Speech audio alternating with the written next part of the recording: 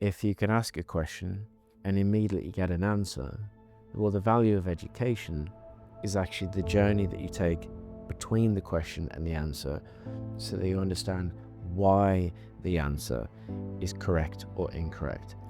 If we cloned 1,000 of you and dropped them in different places in the world, even in this country, within 10 years, that would be 1,000 completely different people.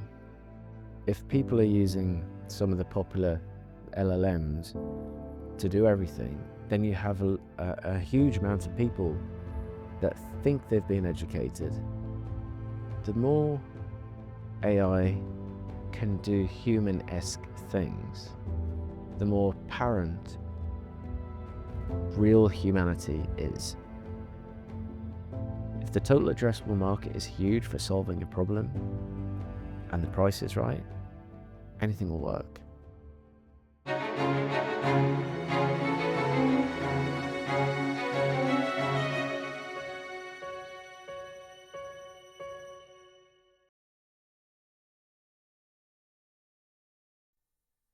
Graeme Scott, welcome to your own podcast.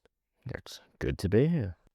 We thought this would be a special edition where we turn the mic, and having interviewed dozens of experts within the AI field, we thought we'd get your take on what you've learned, what you've heard, and what's next, really. So, welcome. Excellent. It's good to be here. It's good to have you.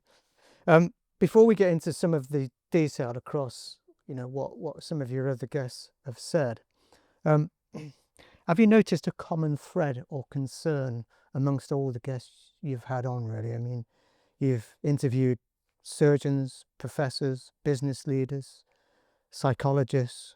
What is there a common thread that's come out in all of those?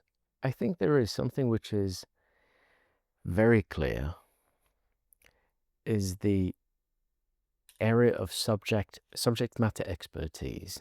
So obviously in any particular industry, people know their business.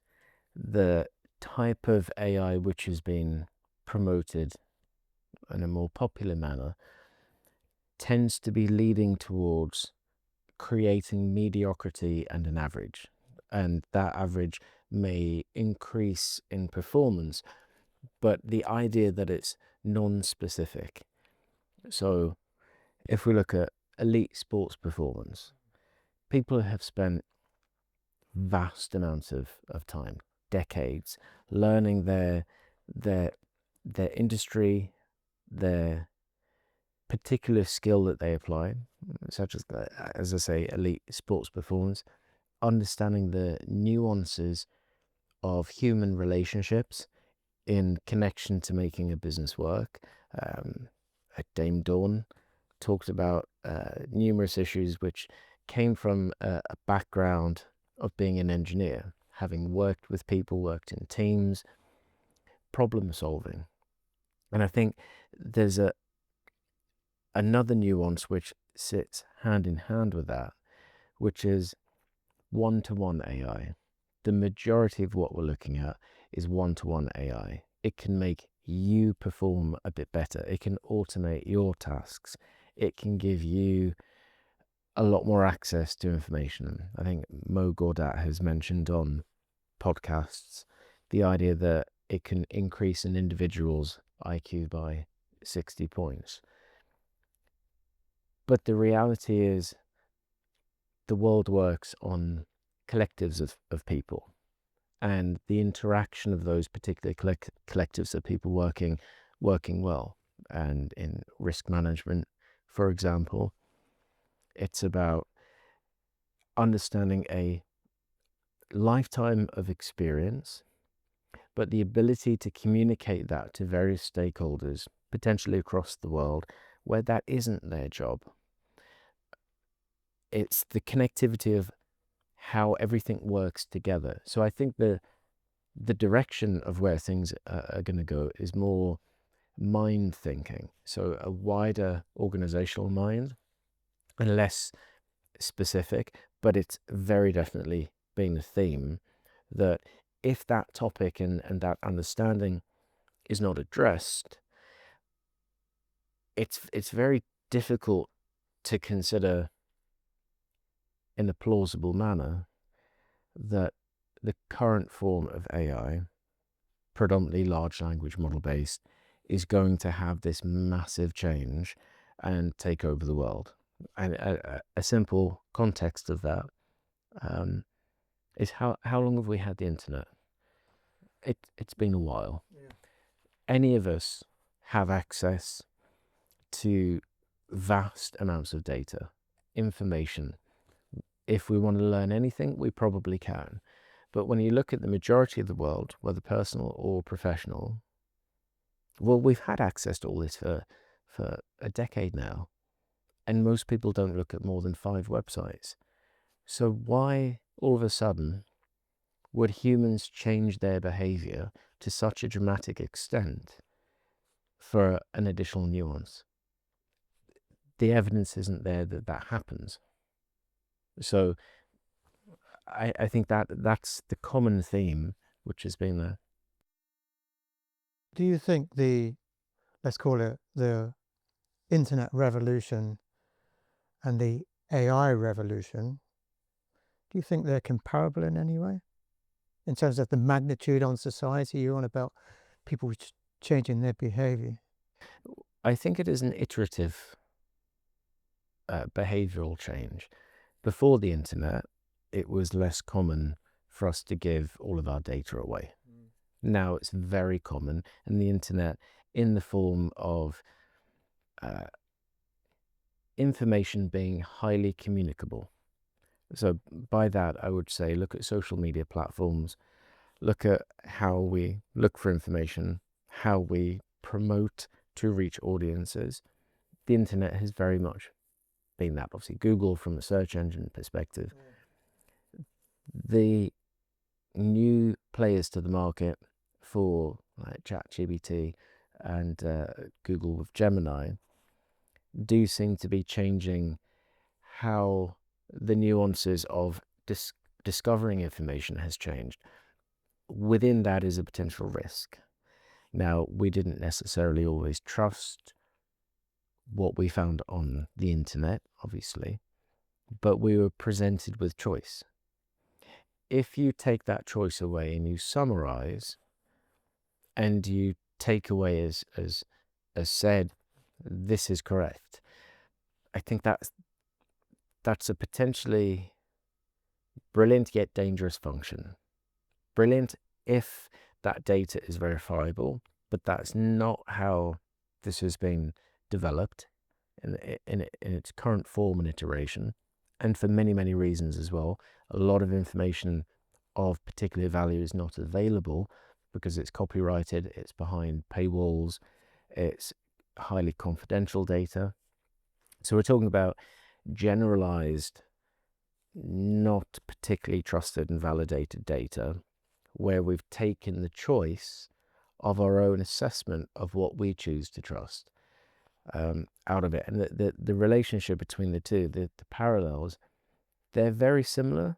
And I think the internet with social media has created the environment where AI can thrive in its current form with incredible capabilities, yet monumental risks, which are far more ingrained in the very DNA of how these products are being taken to market, which was not so much of a problem before because we had that choice.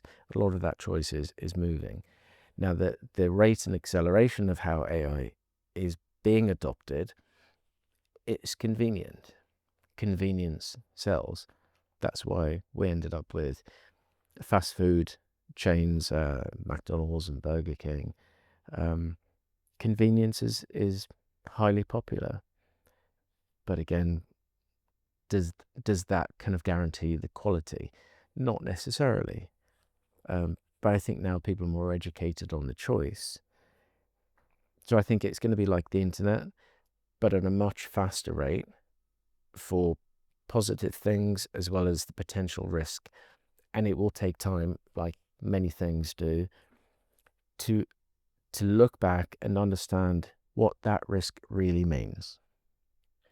We'll come on to risk later, really, especially the existential risk that AI potentially poses, really. But you say AI in its current format or its current state, really. So, I've heard that the current models are now the equivalent of a human professor.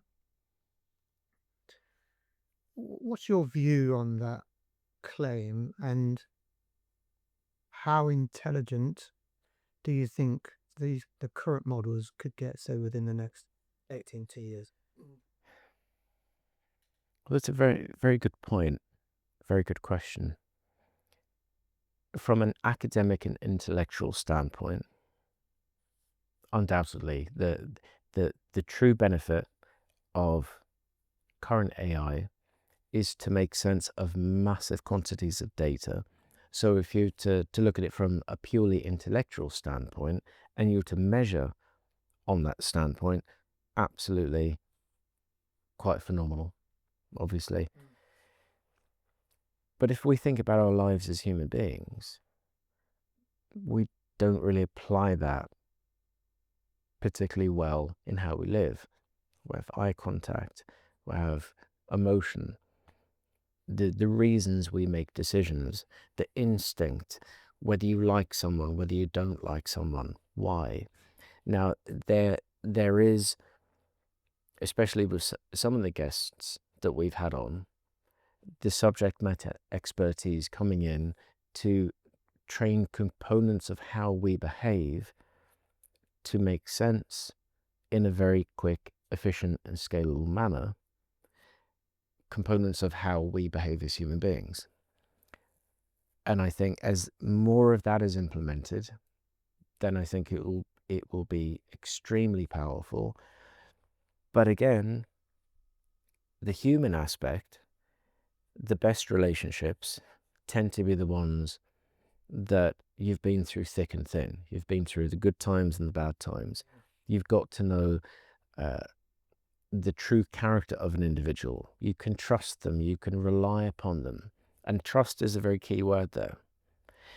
If you've, at this point, taken away the choice for making decisions to calculate instinctively whether you trust an answer, a judgment, anything at all, then you've taken away the human experience. You've taken away options and choices. So it doesn't have, and I would find it very difficult to replicate why we are human, because even a song has talked about that. When you really begin to look at how we interact every single day, whether at the office, whether at home, in a marriage, with your children, how children behave at schools, how they learn, there are tiny little components, but the human experience is that cohesively brought together and played out over a long period of time with huge amounts of decisions, personal decisions, not made for you. We can be heavily influenced, which, I mean, you're an expert in marketing, you understand that very well. Marketing is leading someone to a conclusion which you would prefer that they reach, usually so they can buy something. So it's completely normal and rational. Then we have our favorite brands. I mean, even with some of the artists I've worked with on the music side, I ask them, what do you like? What fashion do you like? And when they say why, they explain, yeah, it's entirely my decision. But you can begin using psychology and rationale. You can say, well, for everything that you think you came to the decision that you like, where's the product at the end of it, and who's paid to reach you to influence your decision? Scaling that on a commercial sense, yeah, it's a duality. Huge potential very quickly, yet missing absolutely fundamental key components. And I think that awareness is a major part of that as well. I mean, with the artists, they did come to the conclusion, in the end, that what they liked was what they had been sold, and what they were was a customer. And I think for those individuals in the world, professionally or privately, who are aware that they are a customer for everything that they see, that changes the outlook. And from an AI perspective, I think a lot of these things then you look at in one light. If you're oblivious to all of that, then you'll look at it in a very different light, which is more leaning towards the academic side. And of course, if you look at it in the academic side and you test against academic metrics, well, if you write the test, you can make it look as high as you want. But if you choose to write the test another way, AI fails miserably at nearly every hurdle. Or what you prompt it as well. I mean, you can, the current models, the way that we interact with them through prompting and through typing mainly, could be, you could, just a phrasing of what you prompt can change the responses you get dramatically, right? Just using different words. So we mentioned, that there's talk that the current models are at professor level. Where are you on the school of thought that human produced data will run out? I think it's 2030, and how will the current models cope if and when that happens, really? Well, I think there's a key component to answering that question, which there's human-generated data. There is data that has existed for a long period of time. There's the context of data creation through some form of sensor, visual sensing, audio sensing, text generation. If you add all of these up and you break down each part, for example, how much data was electronically being created in 1910? Probably not a lot, or any, in the sense. More recently, there's more and more data being created, especially from the advent of the internet. But where is that data? So publicly created data, social media, so websites, people advertising things. There's obviously a lot. So that could be like public domain data. Yeah. But what is very rarely talked about is proprietary data. So, and there's laws covering some of these things. In human resources, the data to do with employees, payroll data, sales data, supply chain data. You could probably look in as many places as possible, and the majority of what would be extremely valuable data commercially for AI is probably not even being touched. I saw earlier in the year, the CEO of IBM, I believe, said 99% of all the valuable data is yet to be touched. And it goes on to reason why.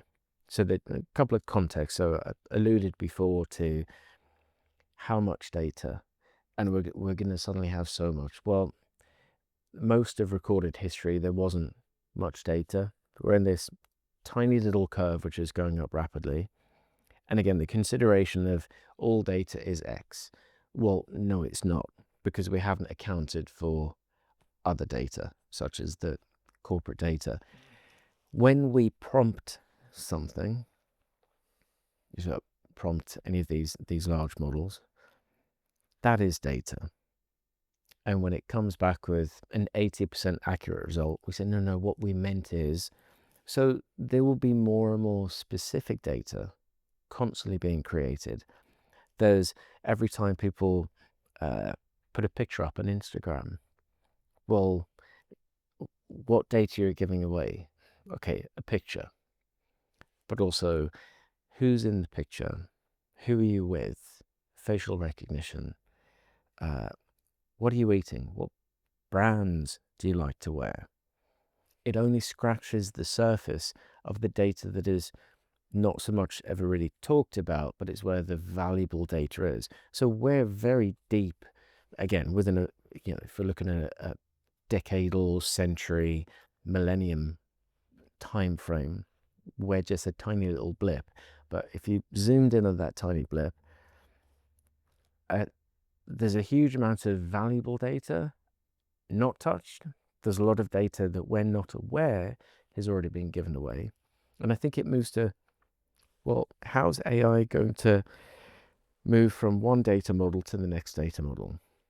And in discussions recently, we heard that some of these foundational models, given, and again, people may not know the real definition of a foundational model. They're the big, expensive ones that take vast amounts of resources and energy to train.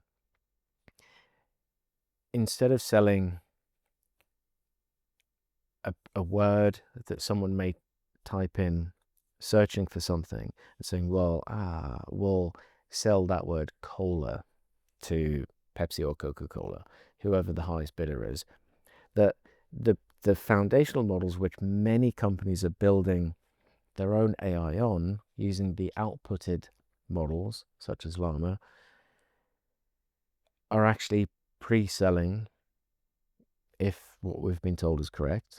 So we'll have to see, but it's very rational and logical that it would, that words within the large language models from a foundational basis are being pre-sold. So all of these products and everything sort of going out there will think and point people towards, well, you meant this, we've pre-sold that, so we'll populate it with this brand. So effectively, it's no different to what it was, but in a different form, but in a way that people aren't quite aware of. And yeah, you give something away for free, and then millions, maybe billions of people use it. It's not free. It's pre-sold influence. So that's an interesting nuance. Do you mean like, instead of buying keywords, you're now buying phrases to build your technology on, is it? Is that what you mean? Yeah, so it's effectively keywords within contextualized paragraphs. So instead of getting, you search for plumber, for example, Yeah. that instead of saying, well, there are X number of plumbers in London, it refers to Pimlico plumbers.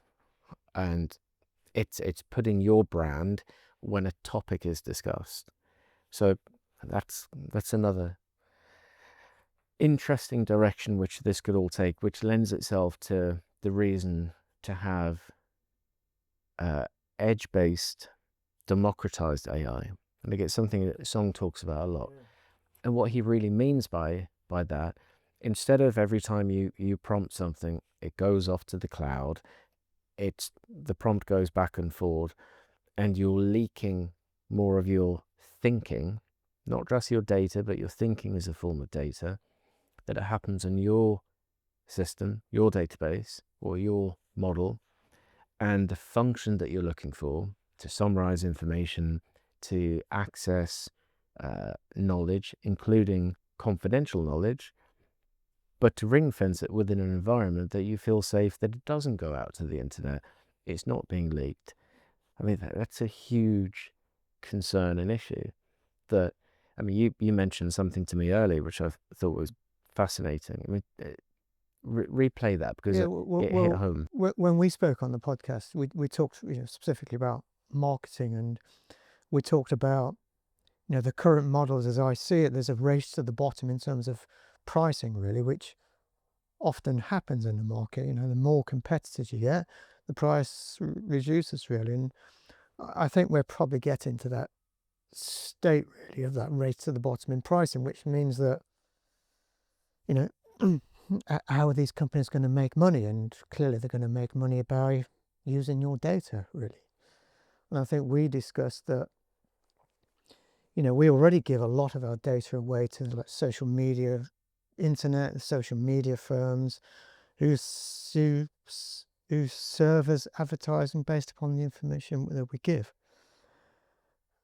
if we put that in the context of large language models at the moment, I mean, the amount of data, the amount of the types and the amount of information that we're now giving these models is, I think, is unheard of. It's far deeper, Far deeper. more interrogative. Yes. So I think I gave you the example earlier that, people might be putting into a large language model, I've got £50,000 worth of savings, where's best to invest it? I mean, that's from a marketer's perspective, that's a... Explain the consequences of that, because a lot of this data is then sold through data brokers, potentially even directly. So if you've just said, I've got 50,000 and I'm looking for ideas, the context, and this is a context of how we've been sold certain things, and really highlights how dangerous it is effectively when you ask what you think is a helpful question to give you some great ideas, you've disclosed that you have 50,000. How much is that worth to people that may want to sell you financial products or sell you, that's obviously a highly regulated sort of base, but people buy lists. Explain how that works. Well, I mean, in that example, the model knows I've got £50,000. It knows roughly where I live. It knows my email address. It knows probably knows my name as well, really. It could also, if you're going backwards and forward, understand your intent. Correct. And might even understand my risk level as well. It might even understand, well, there's different ways to invest £50,000, of course, really, but it might be that on my second prompt, I might give it some information to say, well, I don't want any shares. I don't want stocks and shares. I don't want my value of my savings to go up or down. What's the best bank account? What's the best interest rate?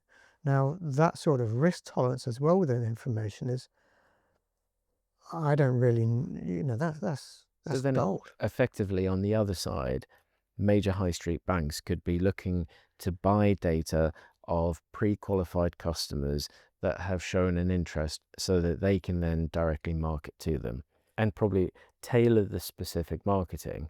And all of a sudden, a bit like when you'd look at something on social media and then all you get is a ton of ads and you go, how do they know that? Or the idea that it's heard you mention something in conversation and then now you're getting ads for that non-stop. It's an elaboration of that.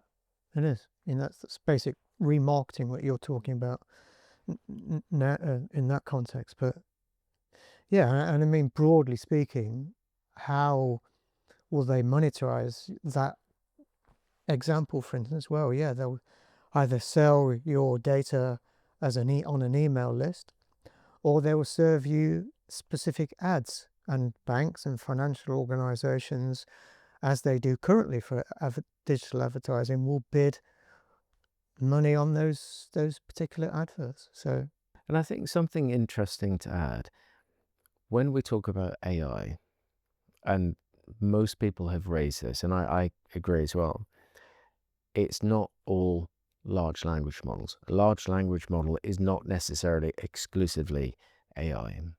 There's multiple other forms of AI, vision, different sciences, which are LGM as well, solving different problems. But I think Song had mentioned as well that he feels very strongly about having the ability to discuss what it actually means and what the differences are, what the upsides and the downsides. And I think it'd be really important also to state large language models are incredibly powerful, fantastic technology, transformer-based technology.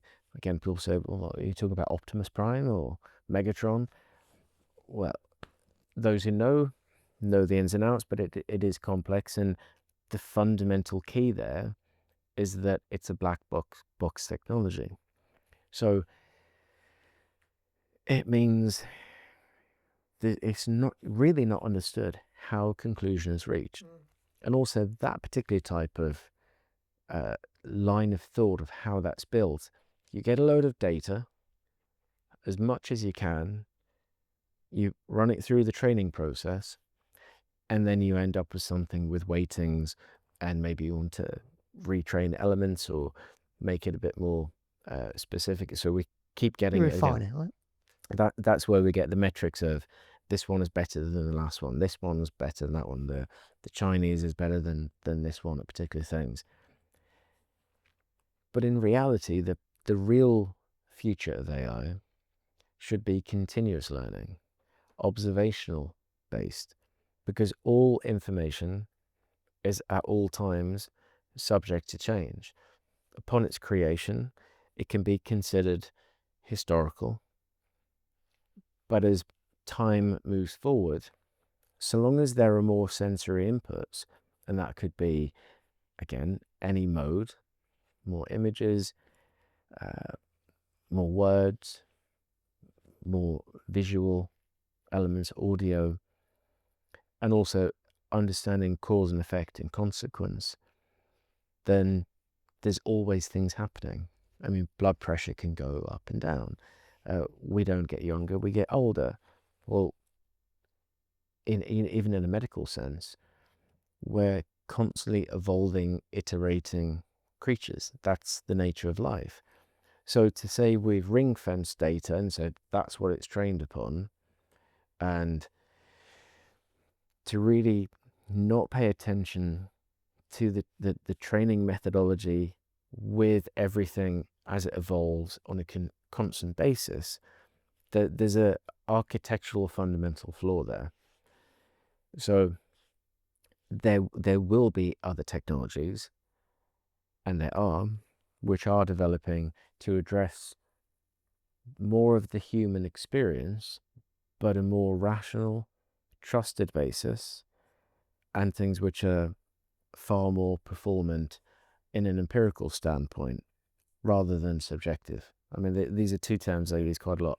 Empirical being if you observe the temperature at a particular place and you record it, that is an empirical observation. If I say it feels hot, that's a subjective interpretation. But where does it feel hot? Are you in Riyadh?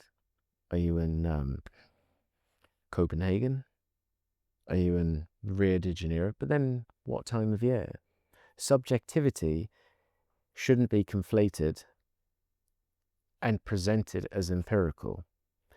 But when it's a black box technology, well, there is an element, it has to be subjective. And yeah, conflating different forms as well. So numbers and words. Words are expressive. They're a human interpretation as a form of communication. Numbers, the laws of physics are empirical driven. Yeah, there's elements of subjectivity in theories, but you can choose where that line is. But if you start with subjectivity and then expend all your effort, time, resources trying to understand why, then it's in effect saying, well, here's the answer. What was the question? And then figuring out what the question was based on the answer, and then validating, well, does the answer fit the question?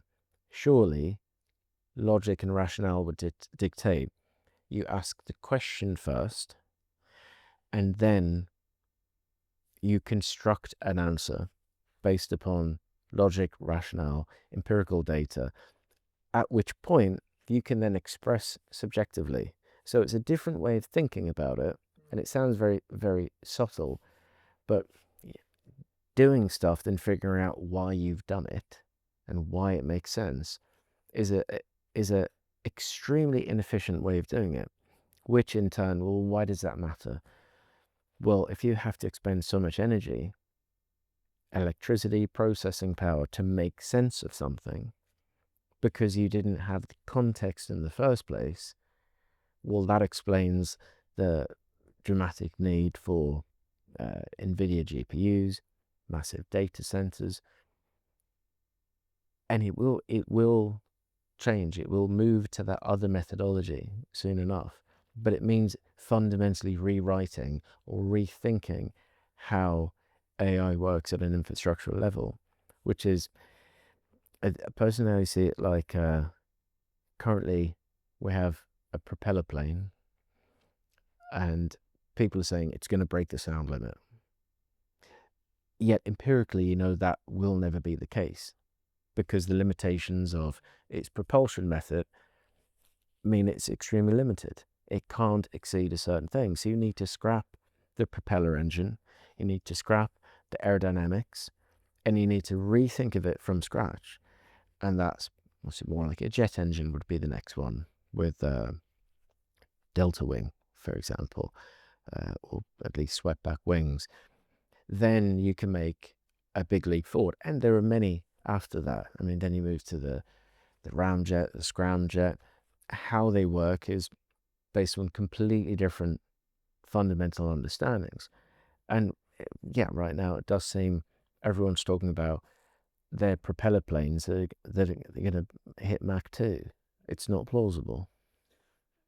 So staying on that democratized AI, really, how do you see that playing out in terms of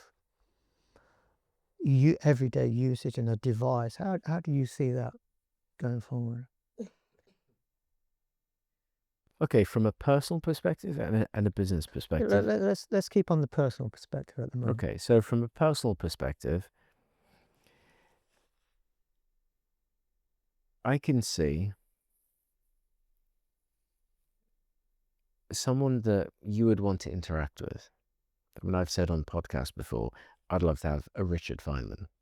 Super smart, super funny, thinks differently. And if I had my version of him with all of his knowledge, but access to all the world of physics and other scientific sort of areas and comedy and music and all the other interesting stories and uh, information in and around him, but also potentially access to information which didn't have anything to do with him, but could interpret in a way that it could learn how I learn. Because we all learn differently. I'm a visual learner. That's how I think and comprehend and understand. Other people are much more about words.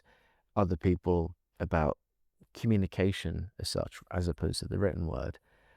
That version would get to know me. I could share information and I could increase my comprehension. It could help me think differently about particular problems, challenges. And some other people, maybe they'd want someone completely different. It doesn't really matter who it is, and it could be from any walk of life. But I wouldn't want all of my data and my experience, my relationship with that being publicly available to everyone. Because when it is, if all effectively everything is going into one big pot, it homogenizes everything down to treats everyone as if we all have the same personality, the same background experience in life, the same issues, the same everything. We're not. Humans are completely unique.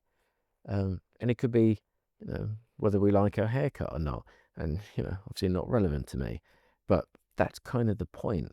We are unique for what it makes us good and what makes us different in whichever way. Our fashion sense is slightly different. The football clubs we support is different. The places we're born is different. Our parents are very rarely ever alike.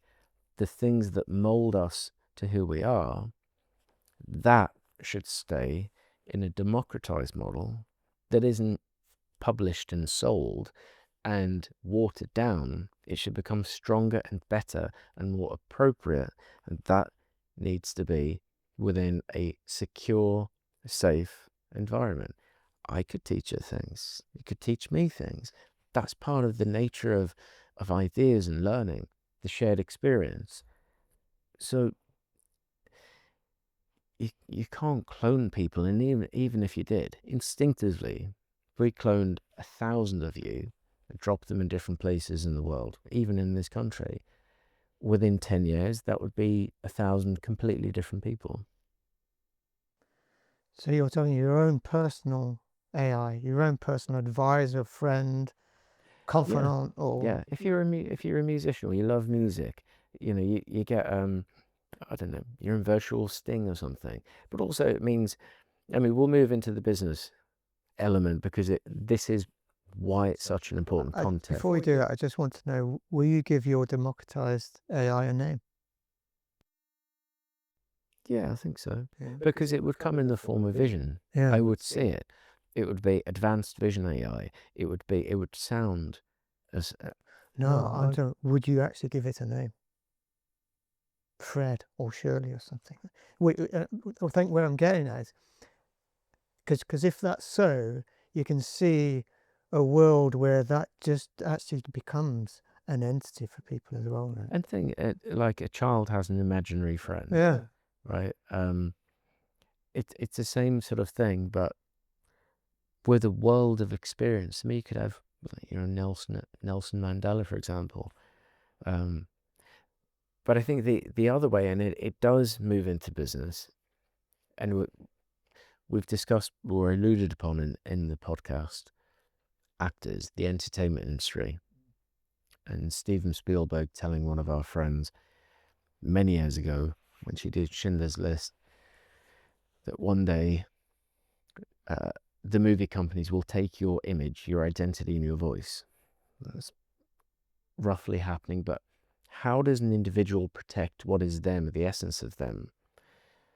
And potentially, if people really like you and you're a professor or an actor, or if you've created a profile, you've invested in yourself, you've become a great communicator, then you should be the one that licenses yourself potentially to millions of people across the world.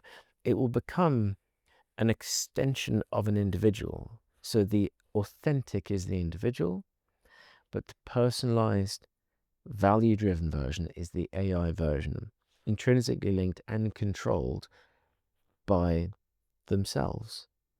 And I think that's really important. I mean, I saw an article about, I believe she's Scottish, voiceover artist, that one of the train companies somewhere, or National Rail or something, rail related, had created an AI version of her reading out the stations. She didn't know, she wasn't paid. Again, I'm reporting third hand news, so I don't know the exact ins and outs, but people can research it themselves. That's an example of the type of thing that is going to happen. And again, in the business sense, we have the GDPR, we have rules across the world about you protecting or being protected with your own data. From a corporate standpoint, corporates are already not giving their data away to this because that's proprietary. That's really valuable. In the consumer world, it's almost open play now to give away your data all the time. That's what social media networks really are. You get some convenience, but the price is sharing huge amounts of data, which is then resold to come back to you. The democratized AI element means there has to be the controlling party that is the controller of that data and the exploitation rights of that. It shouldn't be for someone else to make money from exploiting others. And your human experience or your business enterprise shouldn't be against your will taken away from you and monetized without your consent. I mean, that's the universal kind of view. But in order for that to be true, then it needs to be thought of differently, structured differently, and the problems of why it's a problem need to be understood. And that's what's not communicated very well at the moment. So, I mean, if we can help shed some light on that, and I think the example you'd given just about, I've got 50,000, I'm interested in doing something, give me some ideas. That's what you're asking. You're not saying, I give you permission to sell my circumstance to 10 companies with no participation and without my knowledge. That scales up and down from personal to enterprise. I get that. And I still have a fear in that democratized AI version there. The fact that the device we're going to be running on, for instance, if I'm running my democratized AI, I'm going to call him Fred. If I'm running Fred on my iPhone, are Apple going to get the data anyway from the device? And conversely, if I'm running on my laptop, and I'm probably running my operating system in the cloud, is my operating system provider going to get that data as well, really? So I think they're considerations where... But there are also two considerations where, as a developer of technology, you can put things into play for that. And being cloud-based, but private cloud-based, if you look at some of the biggest providers, they're very sensible in the fact that they're providing the ability for people to build and deploy technology. So it's what is considered infrastructure, which is entirely private, and you effectively rent the digital real estate for you to then service that in an internet communicable environment. The models which are publicly out there now are not that. They are public cloud. And public cloud is the open season on things. So I think very specifically, as long as you're sensible, you implement the right security and the architectural design is correct, then there's no reason any hardware manufacturer, whether in the cloud or on device, should or does have access to any information. Mm. Let's move on to a different subject, Graham, if that's okay. Let's move on to data centers, compute power, sustainability, really. Given the huge growth in AI and the resources needed to run the current models, I think it was Dame Dawn in her podcast with you talked about, can I think you posed the question to her, can we cope with AI's demand, really? What did you gain from your chat with Dame Dawn, and what's your view on can we cope, basically? Well, I think that it's interesting, but not directly for the reason people assume. So the assumption is the trajectory of everything is going up. We need more compute power, need more electricity. But if you address the fundamental issues of AI and the risks that are created, which there really is no appetite, there's a lack of education, lack of understanding. But as soon as that awareness reaches a particular point, people will just say no, especially in the business environment. And the majority of money generated is always in the business and enterprise sector. They're the powerhouses of what drive things. So there will be a change, but that change naturally leads to a massive amount of efficiency. And if we also look at microchips. You're talking about the scaling theory, right? That's current scaling theory, right? Yeah. So On the current models. so when you say can we cope? Well, can we cope with what is there today? But can we cope with tomorrow and thereafter? Well, again, you can't assume that what is true today is true tomorrow. And if you look at the trajectory, as I say, microchips, they got smaller and smaller and smaller and smaller. They became more and more and more power efficient. They became more and more powerful from a compute standpoint. So the curve meant that everything just got more efficient and more powerful. And that's all evidence shows that that's where things are going to go. So, from a data center standpoint, I mean, the issues that Dame Dawn discussed were not the things that we would necessarily assume. And my understanding from that conversation was she and they, pure data centers, also agree that the current foundation of what we believe is popular AI is not going to be how things are in 2 to 3 years' time. So the actual power demands will be different, but it's more. I mean, obviously the a rate of information as well. But she also pointed out a key point that yes, the need for power and processing power, so electric and processing, has gone up, but the rate of information has gone up exponentially more. So it does show massive efficiency. So getting power to the power centers, doing that in a fair and ethical way, making sure that the power grid in its entirety is capable of delivering that, that then leads into kind of state-based issues, power company-based issues. Nothing is as simple as it directly seems on the surface. So I think that the number of data centers is going to go up. The power available will go up. The other problems will begin to be solved. It will obviously have massive impact internationally on a country by country basis. Policy in and around power and how that's addressed in a fair and ethical manner. It will require investment, and maybe investment outside of the data centers to support the data centers to help drive the economies forward.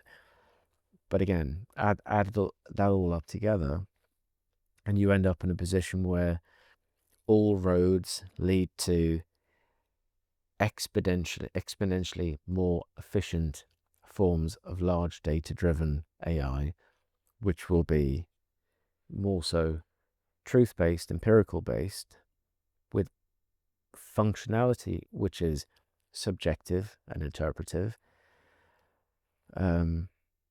which will probably use a different underlying architecture. Those data centers are going to be, and I'm stating the obvious, they are already, but extremely important, not just how many there are, but where they're located as well, really. If for instance, if I'm in the United States and I'm have my model running from a data center in a not a friendly country, that's a risk for me, right? That not friendly country falls out with the US, they're going to take their toys away, really. So you tend to have a distributed architecture. So you tend to have low latency to deploy your technology across multiple different data centers, so that you have, first of all, redundancy, because anything can happen anywhere in the world, which could cause problems and has been known to, when people have been too dependent on one. So you have that redundancy. And then from a political perspective, how well you can serve different territories. And we're already seeing a divide on a global basis where people are adopting this side or that side. And it's probably more for that reason, but we've seen political decisions to prevent certain countries having access to core component parts of data centers in and around AI, where other countries can have them. and So, GPUs, right? well, that's what I mean with the GPUs. But that leads to innovation, which actually advances some people further than the whole point of denying them in the first place. So it's so fast moving and so complex, and most great things happen through adversity, when you need to get a result and you don't have everything perhaps others that do have. So on one side, are you breeding a little bit of laziness on one side, or are you creating innovation through actions. Ultimately, either which way doesn't last too long because this is moving so fast. It's only a 3 to 6 month gap. But again, all of this does further lead to, an increase in demand, but a massive increase in efficiency. In your latest, let's stay on the geopolitical theme really. In your latest interview with Professor Song, he talked about politics, education, and the influence that AI is having on global power really. Was there anything in your latest conversation with Professor Song that struck you about those aspects? I think education is an important one. And there's a particular issue with this.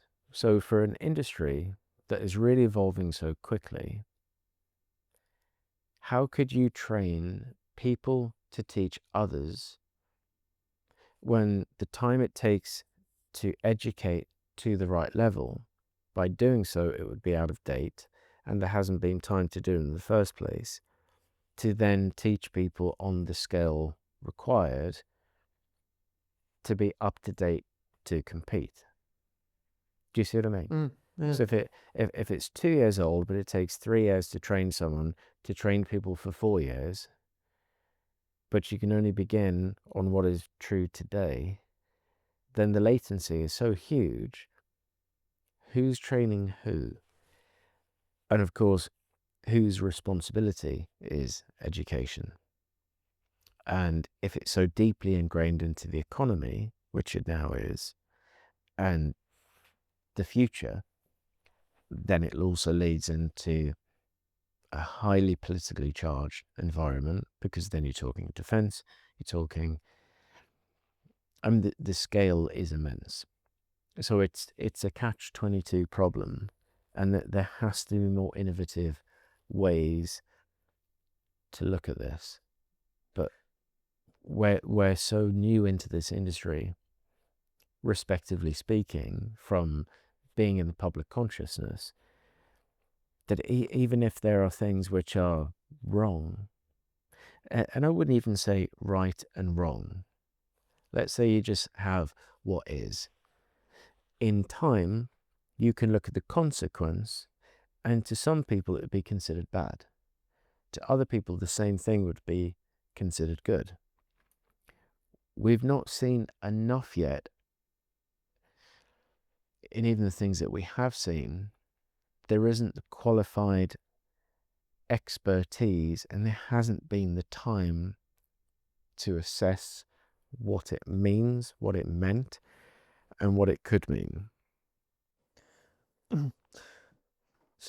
So keeping on the education theme, not just about educating adults and technologists, but what about schools and universities? How do you see AI changing the way we teach and children learn, really? Because you've had a couple of educators on the podcast, right? Well, two sides to that. One, the potential is incredible. But again, the initial potential leads to consequences which are potentially highly negative. And that's the problem in and around, if you can ask a question and immediately get an answer, well, the value of education is actually the journey that you take between the question and the answer, so that you understand why the answer is correct or incorrect, how you construct it, how you critically think, how you really understand, you research, you learn, you become enriched and armed at being able to do that on a repeat basis. If people are using some of the popular LLMs to do everything, then you have a huge amount of people that think they've been educated. They can answer specific questions, potentially correct. They can answer tests, but what do they know? I mean, one of my favorite videos ever was Richard Feynman talking about his dad taking him around the woods and showing him all the birds, saying something like, "Well, what's this? It's a sparrow? What's that in Spanish? And what's it in Japanese? And what's this bird? And at the end, his dad said to him, "Son, what have you learned about the birds?" He says, "Oh, I know everything about the birds now." He says, "You know nothing. All you know is how humans make sounds in different languages representing what they call it. But you don't know its anatomy, you don't know anything about the birds. You know the labels." That's the exact same risk that we have and is being seen with education. And it's a tough one because there is so much power in doing something fantastic with education. But I would then allude to the things that Floyd talked about with elite performance. I mean, he trained This is SAS. Floyd. Floyd Woodrow, the former SAS chap.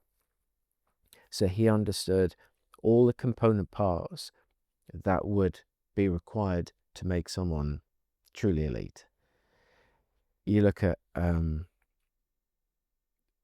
the chap from Peak AI, from a psychological standpoint, really understanding how people tick, how they listen, how they learn, how they improve, what is a potentially good way to communicate with someone, how coaches can work with all the players and understand how to get the best out of them, how they can get the best out of themselves.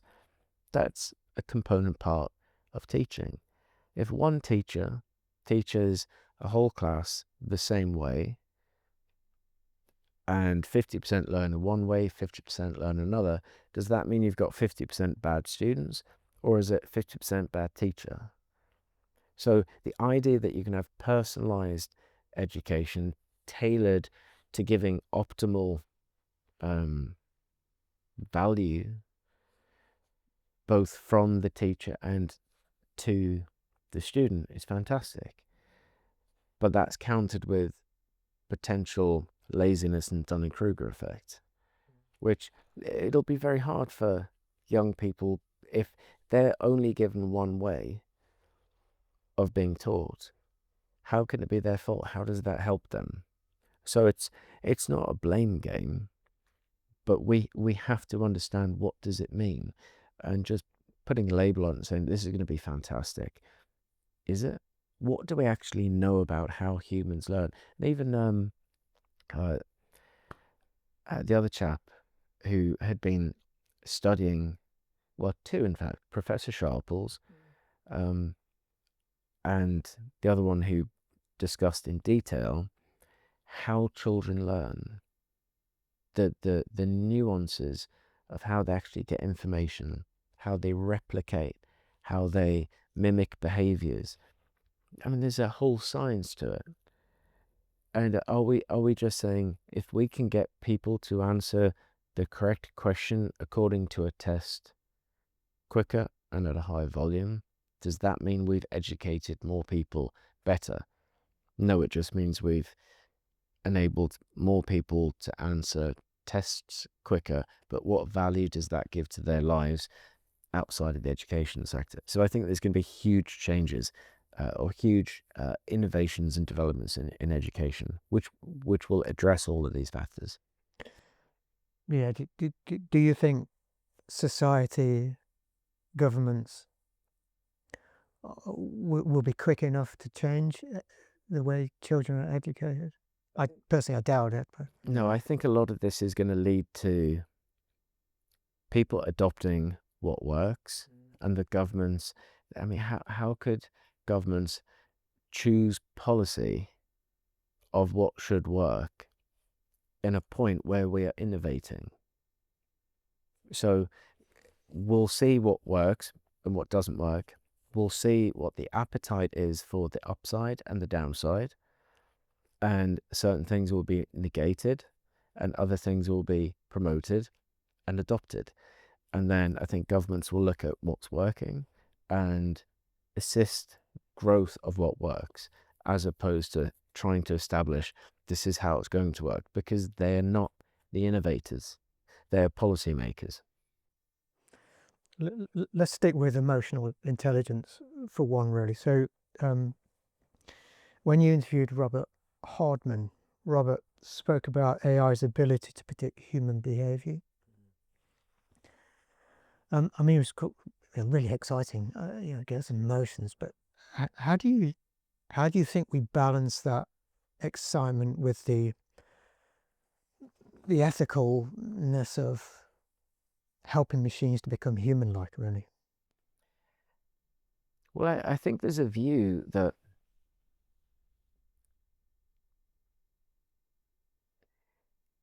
the more AI can do human-esque things, the more apparent real humanity is. That's an interesting view. Mm.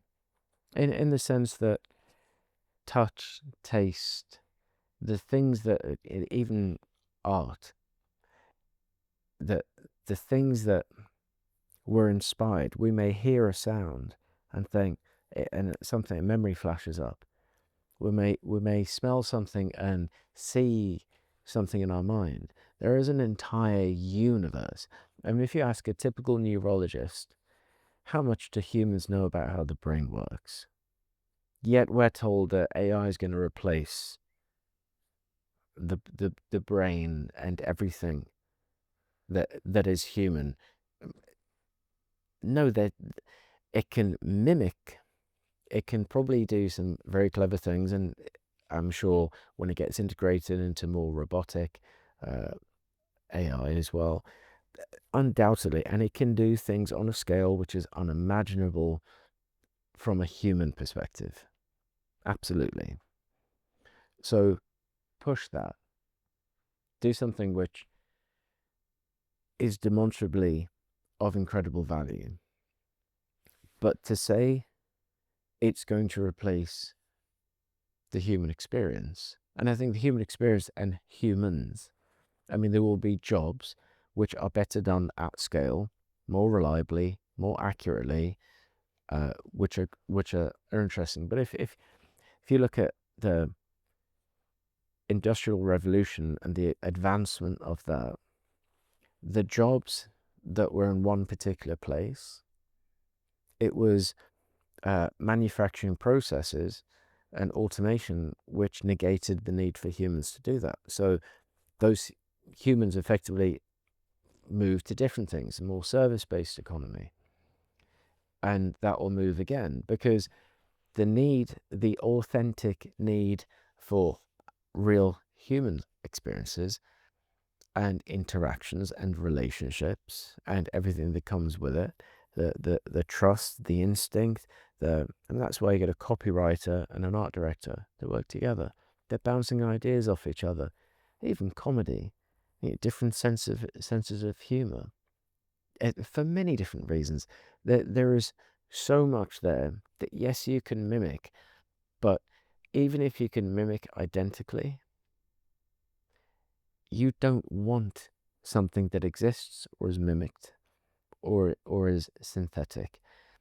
Sometimes it has a place and is appropriate, and other times it's completely not. I mean, even just wandering around the countryside, taking it all in, seeing a sunset. Oh, we can put that on a screen. That's nice. Well done. It has a function, but it doesn't replace that experience. And if anything, take AI, some of the capabilities, and help provide that experience, that human experience back in some augmented form for people who've lost their sight. There's going to be a whole merge of human benefit by augmenting through AI, and it's going to excel what the human experience is, and it's going to make extreme scale based efficiencies as well. And I'm sure as for everything good, there will be something bad. So on that particular theme, so having hosted the podcast, have you had your views changed about the future in any way, both good, bad? Do you think the future of AI and humanity interaction with it is good, bad, somewhere in between? Where do you think we are? I think a lot of things in equal measure. I don't think there's one empirical answer. I think it's naive and foolish to say it's going to be this, it's going to be that. What I've learned from meeting so many people is, again, that human element. Everyone sees it differently. People are innovating in different ways. The subject matter expertise is extremely important. What works in humans is really important and can't be taken away because it's just different. I think there'll be always people that want to use a capability for something negative. I think in general, there'll be more positive. I think it's apparent the lack of understanding of what we're being sold and what the downsides are. There are problems, and I don't think they're the problems that are disclosed a lot of the time. I think there's huge potential in so many different areas. I mean, this is right at the beginning, and it's humans that are going to be imagining the upsides and the benefits. Even if you look at some of the greatest companies that have been built over the last however many years, McDonald's is a hugely successful real estate company. PayPal started as like a yellow pages mapping company. A side effect was sending money via email. So often the thing that we're doing rarely is the thing that becomes. It's the journey. It goes back to the education. Start along a path, have an idea, have a good view of how things are working. The rules of business probably haven't changed as much as everyone thinks they have. Data security seems to have gone out the window, and the people are remembering it shouldn't, and the same rules should apply. So I think there's been a lot of kind of hard and fast played with things. Things will reach an equilibrium, but innovative people will find innovative solutions, both for the good and the bad. Let's end on a prediction. Will I have an Android robot in my house in 5 years' time? I think it moves to more a generational thing. Certain generations will say absolutely no chance. Other people will be more worried about, so where's the data going? I mean, real consideration. Let's say it was there, it did happen, it could happen, it was real.